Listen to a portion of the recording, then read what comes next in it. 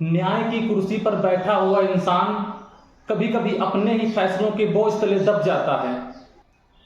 दिल्ली के जज का यूं ही चला जाना एक खबर नहीं, एक खामोश सवाल है। क्या हम सच में अपने ही रखवालों के नहीं सुन पा रहे हैं? क्या कभी सोचा है जो दूसरे की जिंदगी का फैसला लिखते हैं वो अपने ही जिंदगी के फैसलों से इतना हार कैसे जाते हैं?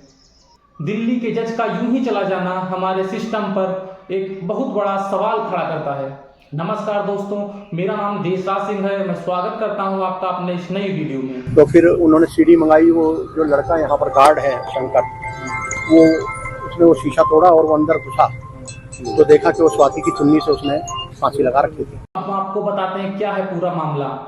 एक जज जो होता है, जो इतना स्ट्रॉन्ग मेंटालिटी का होता है, वो सुसाइड कर लेते हैं। अगर ये बात किसी को पता चले तो वास्तव में उसे सोचने पर विवश कर देगी कि अगर एक जज के सामने इतनी बड़ी कौन सी कंडीशन, कौन सी समस्या आ गई होगी जो दूसरों के फैसले करता था, वो खुद की ही लाइफ का फैसला नहीं कर पाए और सुसाइड कर लिया।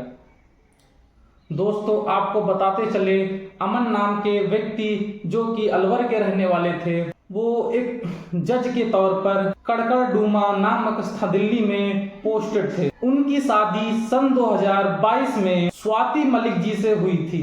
इन्होंने लव मैरिज की थी। इनके 2 बच्चे थे। एक रात अमन जी ने अपने पिताजी को फोन किया और उनसे कहा कि पिताजी, अब जीने की इच्छा नहीं रह गई है, और उसी ही रात अपनी पत्नी की चुन्नी में अपने बाथरूम में लटककर फांसी लगा ली और उनकी जान चली गई।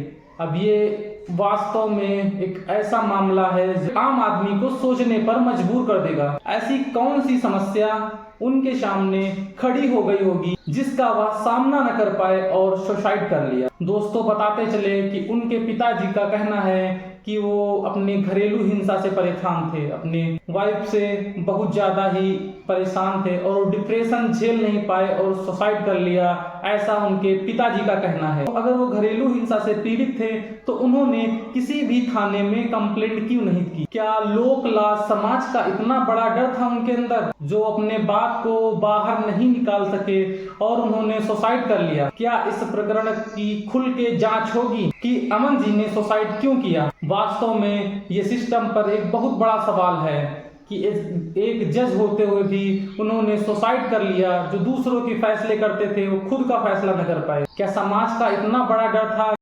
तो दोस्तों, देखते हैं आगे इस प्रकरण में क्या होता है। क्या निष्पक्ष जांच होगी? क्या स्पष्ट रीजन खुल के सामने आ जाएगा कि अमन ने क्यों फांसी लगाई थी? देखते हैं क्या होता है इस केस में।